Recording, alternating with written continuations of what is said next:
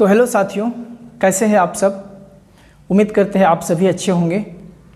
तो जैसे आप लोग देख पा रहे हैं, आज की क्लास जो है हमारा रहेगा झारखंड के जनजातियों की सामान्य परिचय पर। तो इस पर हम लोग बात करेंगे। ये जो आप देख पा रहे हैं हमारे झारखंड, इस पे हम पहले ही ऑलरेडी बना कर रखे हैं। ये क्षेत्र आप लोग देख पा रहे हैं, ये पलामू का क्षेत्र है, ये छोटा नागपुर खास का क्षेत्र है, रांची और उसके अगल बगल के क्षेत्र को। फिर ये हजारीबाग का क्षेत्र है, ये सिंहभूम का क्षेत्र है, ये मानभूम का वो राजमहल का क्षेत्र है, जैसे आप लोग देख पा रहे हैं। तो हम लोग देखेंगे इस क्लास के माध्यम से कि ये जो हमारा झारखंड है, इस झारखंड में जो है कब कब जनजाति का आगमन कैसे हुआ, कौन कौन जाति पहले आए और कहाँ कहाँ जाकर के उन्होंने अपना साम्राज्य विस्तार किया। तो इसी पर आज हम लोग बात करेंगे। तो चलिए स्टार्ट करते हैं। करते हैं यहाँ के। तो ये जो हम लोग झारखंड का मैप जो देख रहे हैं ना, अपना झारखंड, ये संपूर्ण क्षेत्र जो है सघन वनों एवं पहाड़ियों से घिरा हुआ था, है ना। ये पूरी क्षेत्र जो है सघन वनों एवं पहाड़ियों से घिरा हुआ था। और आपका जाकर के इधर और एक चीज़ है कि ये जो हमारा मध्य भारत की जो देखेंगे, मध्य भारत मध्य प्रदेश की तरफ से अगर देखेंगे तो वहाँ जो है विंध्यन श्रेणी के जो पहाड़ था, वो कैमूर और विंध्यन श्रेणी के पहाड़ की जो श्रृंखला भी इसको जो है एक तरह से घिरा हुआ था। फिर भी जो है इस क्षेत्र में जनजातियों का आगमन जो है कमोबेश होता रहा। समय दर समय जो है जनजाति यहाँ पर बसते गए और छिटपुट रूप से बाहरी आक्रमण भी यहाँ पर होता रहा। हम लोग इस विषय में बात करेंगे।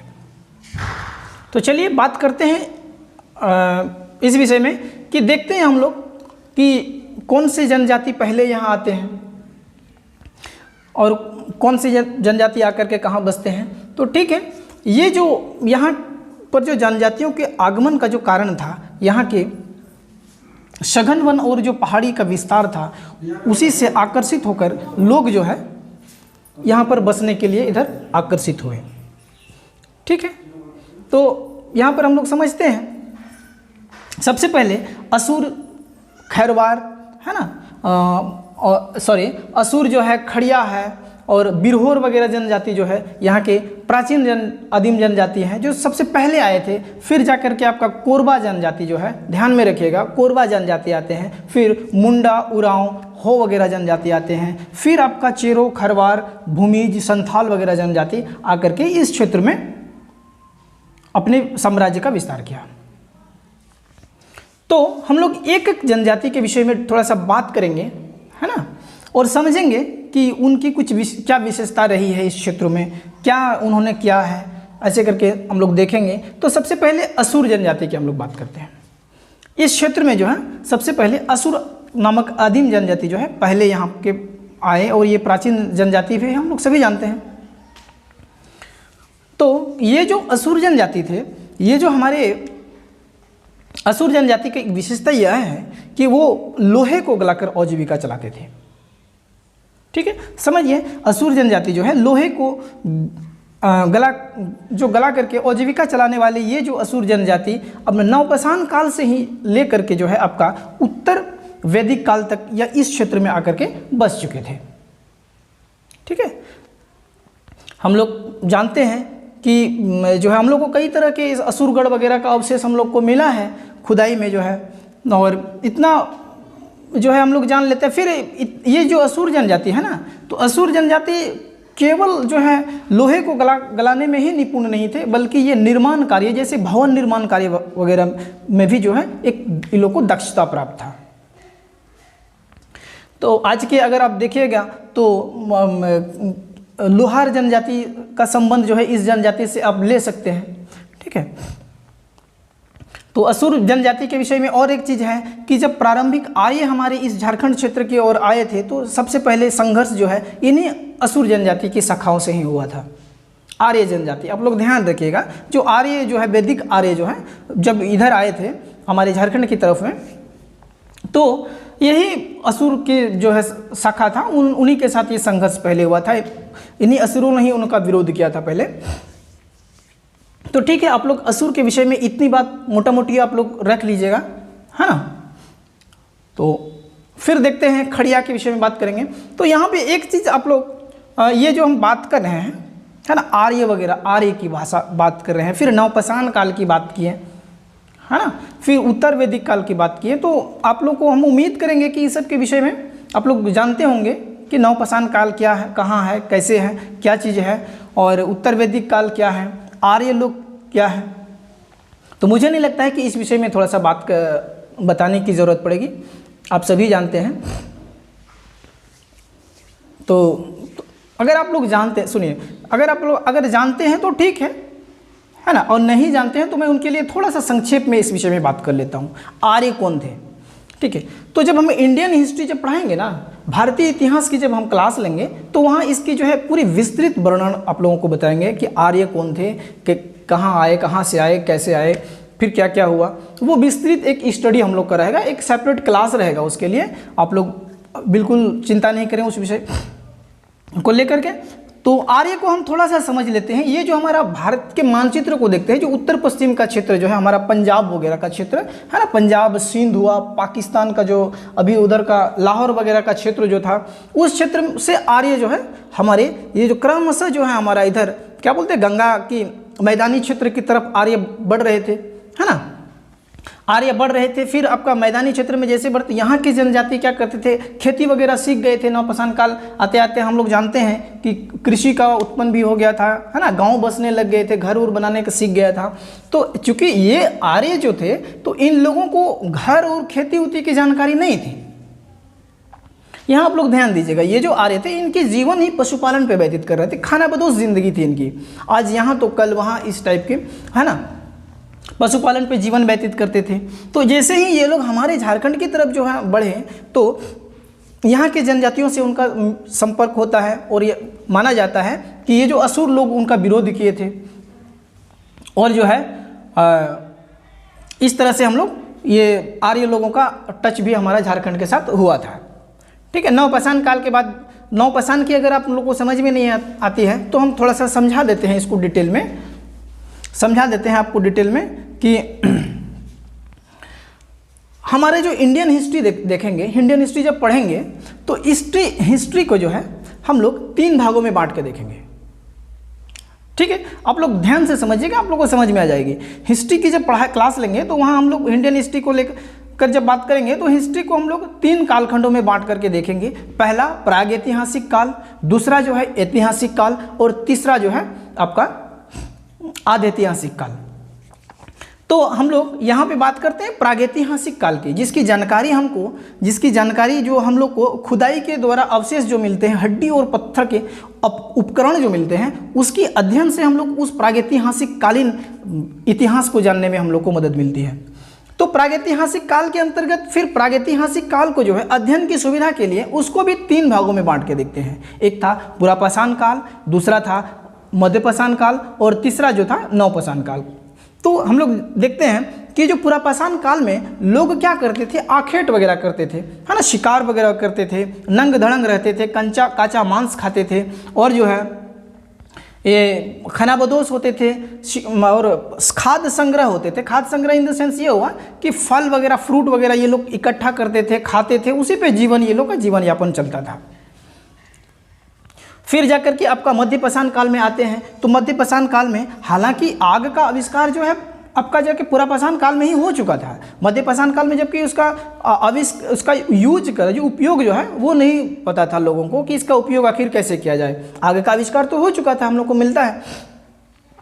इसके बाद मध्यपाषाण काल जो आते हैं तो यहाँ पर लोग पशुपालन सीख जाते हैं, है ना, जानवरों को पालतू बनाना सीख जाते हैं। और फिर नवपाषाण काल में आते हैं, तो नवपाषाण काल आते आते जो है लोग खेती करना सीख जाते हैं। फिर क्या होता था उस टाइम, जो घुमंतू लोगों की क्या होती थी, प्राचीन लोगों की जो नंग धड़ंग रहते थे, है ना, काचा मांस वगैरह खाते थे, और खाद्य संग्रहक थे, वो लोग बहुत अच्छे खाद्य संग्रहक थे। उन्होंने क्या, उनकी दिनचर्या इस टाइप से चलती थी, बता देते हैं थोड़ा सा संक्षेप में, आप लोग समझ लीजिए कि उनके एक कबीला या जन के रूप में, है ना, एक कबीलाई जो है एक गुट के साथ चलता था वो लोग, है ना, और गुट के साथ चलता था। फल वगैरह कहीं मिल जाता था, मतलब सीजन में फल होता है, तो उस सीजन में वहाँ पर क्या फल हुआ वो लोग खा लेते थे। जितना दिन सीजन में वो फल होता गया, मौसमी फल जो है वो फिर वहाँ जब ख़त्म हो जाता था फिर वहाँ से चल जाते थे दूसरे जगह दूसरा मौसम में जो है वहाँ फल होते थे, फिर वहाँ के फल को खाते थे कुछ दिन, फिर वहाँ से जब फल ख़त्म हो जाते थे तो दूसरे जगह चले जाते थे। इस टाइप का ये लोग जो है भ्रमण करते थे, और जो खाते थे ना, फल वगैरह खाते थे, उनका बीज वहीं पर वो लोग छोड़ देते थे, ठीक है ना। बीज वगैरह सब उधर ही इधर उधर फेंका हुआ रहता था। तो क्या होता था कि अगले सीजन में फिर ये लोग घूमते हुए उसी जगह पर आते हैं, और क्रमशः इनका ये जो चलते रहता है। फिर जब उसी जगह अगले सीजन में जब आते हैं तो देखते हैं कि पिछले बार जो हम लोग यहाँ से खा करके गए हैं, बीज वगैरह सब जो फेंक के गए थे, तो उसमें क्या होता है कि नन्हा नन्हा पौधा जो है उग जाता है। वहाँ से उन लोगों का एक कंसेप्ट डेवलप होता है कि नहीं, बीज को अगर ज़मीन में फेंक दिया जाए और अगर गाड़ दिया जाए तो वहाँ से उपज नई उपज हो सकती है। तो कमोबेश वहाँ ये जो कृषि का कंसेप्ट जो है इन लोगों को वहीं से मिला। और हम लोग देखते हैं कि नवपाषाण काल आते आते कृषि भी डेवलप हो जाती है ना। कृषि कार्य सीख जाते हैं, कृषि कार्य सीख जाते हैं तो धीरे धीरे गांव बसने लगता है। काफ़ी दिन तक वो जो है अपने खेत में जो लगा हुआ फसल का इंतज़ार करना पड़ता था कि उसकी कटिंग करने के लिए वो फसल को जो है पूरा होने पकने का इंतज़ार करना पड़ता था। इसलिए वो जो है गांव मैदानी की तरफ आते थे और खेत में खेती करते थे, मैदानों में खेती करना सीख गए थे। और चूँकि घर बनाना भी उस टाइम ज़रूरत हो गया था, चाक वगैरह का प्रमाण हम लोग को मिलता है, बैलगाड़ी आदि का विकास हो गया था। तो उस समय से लेकर के उत्तर वैदिक काल तक, फिर वैदिक काल हम लोग देखते हैं, फिर ताम्रपाषाण काल देखते हैं वगैरह वगैरह। जब इंडियन हिस्ट्री पढ़ाएंगे तो वहाँ हम लोग इसकी डिटेल में बात करेंगे, ठीक है ना। और अभी जैसे हम संक्षेप में लिख लें तो फिर वैदिक काल आता है, तो उत्तर वैदिक काल तक, जैसे नवपाषाण काल से उत्तर वैदिक काल तक जो है ये लोग यहाँ हमारे छोटा नागपुर क्षेत्र में आके बस चुके थे। तो इतने बात आप लोग ध्यान रखिएगा। मुझे उम्मीद है कि आप लोगों को मैं समझा पा रहा हूँ। आप लोग ध्यान से सुनिएगा तो आप लोग को समझ में अच्छी तरह से आ जाएगी, ठीक है। तो ये था हमारा असुर की बात की है। फिर ये जो असुर के बाद खड़िया आता है, तो खड़िया जनजाति अभी के टाइम में हम लोग अगर देखते हैं तो ये जो है ना, खड़िया जनजाति जो है आपका ये सिंहभूम और मानभूम के क्षेत्र में, इधर का देखिए, ये खड़िया जनजाति अभी का जो मानभूम और सिंहभूम का जो क्षेत्र था, लगभग इसी क्षेत्र में आकर के इन्होंने बसा, ठीक है। तो इनका जो है ना, कुछ इतिहासकारों का ये मानना है कि इनकी शारीरिक और जो संस्कृति की जो लक्षण था वो जो है द्रविड़ परिवार के जनजातियों से काफ़ी मिलता जुलता था। इसीलिए ये लोग कहते हैं कि जो है, क्या कहते हैं उसको, विंध्यन श्रेणी को पार करके ये दक्षिण भारत से लेकर के जो रोहतास में आए, रोहतासगढ़ जैसे दक्षिणी भारत का जो दक्षिणी बिहार का जो हिस्सा था इधर का, तो रोहतासगढ़ वहीं पर आए थे। वहाँ से फिर जो है वहाँ पे जनजातियों द्वारा चेरो उरांव वगैरह जनजाति के साथ इनको विरोध हो जाता है ना, उन लोग विरोध करते हैं इनके। फिर अब करके वहाँ से छोटा नागपुर क्षेत्र की तरफ कूच कर जाते हैं, है ना। फिर छोटा नागपुर की तरफ कूच कर जाने के बाद जो है सिंहभूम मानभूम वगैरह क्षेत्र में ये लोग चले जाते हैं।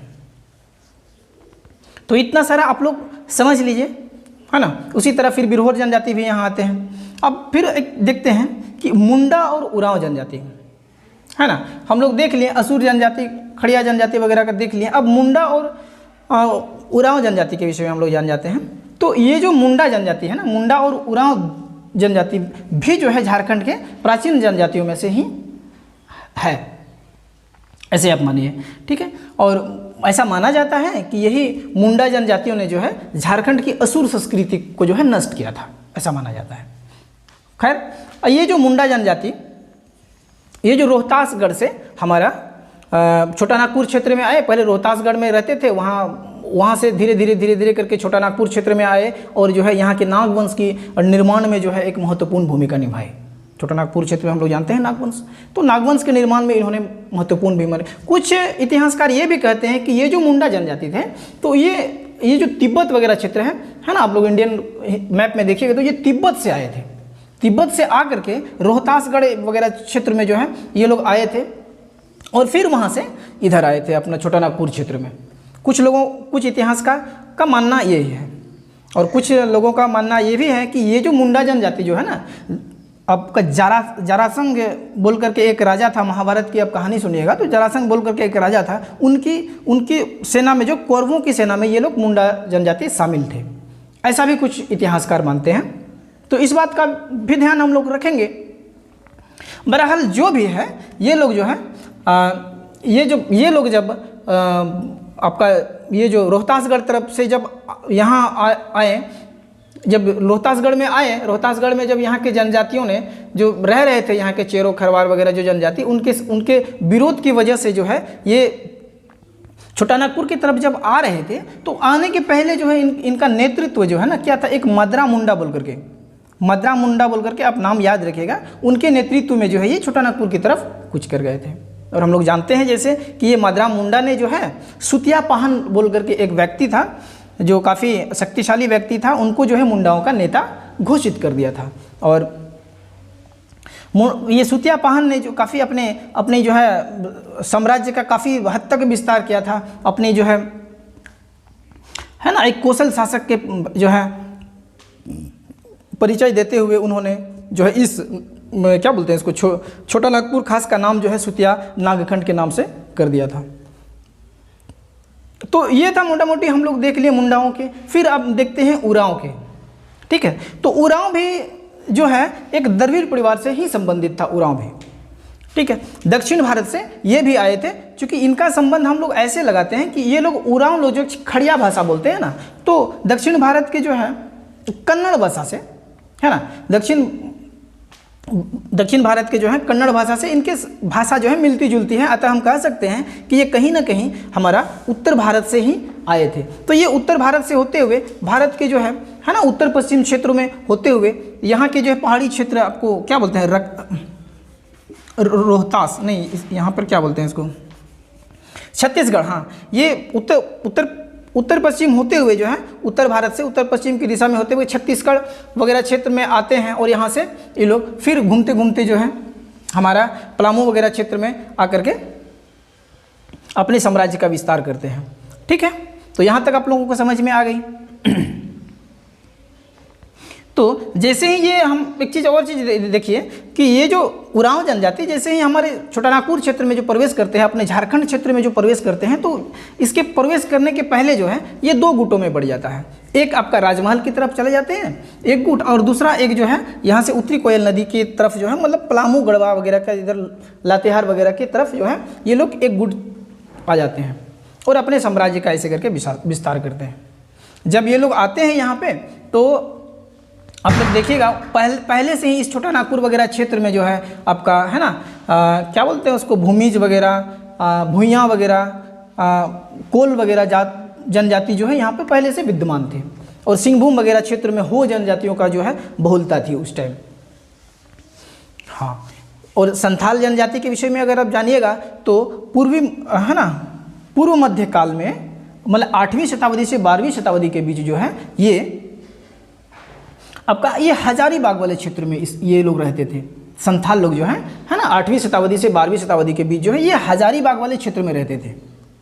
और धीरे धीरे वहीं से जो है फिर अंग्रेजों द्वारा जो है ब्रिटिश कालीन शासकों ने जो है इनको संथाल परगना क्षेत्र में भी इनको लाया गया, तो फिर उधर भी चढ़े इधर भी चढ़े, इस टाइप करके हम लोग देख लिए। तो एक मोटा मोटी हम लोग समझ गए इस क्लास में कि जनजाति लोग कैसे आए, कौन थे, कहाँ पर आए, और जो है आप इसको ऐसे समझ सकते हैं मैप के माध्यम से। तो एक बार क्लास नहीं, अब 2 बार क्लास देख लीजिएगा तो हमको लगता है कि एक जो है एक फिगर जो है आपके ब्रेन में क्रिएट हो जाएगा कि जनजाति हमारे यहाँ की क्या स्थिति थी, कैसे आए, कहाँ से आए।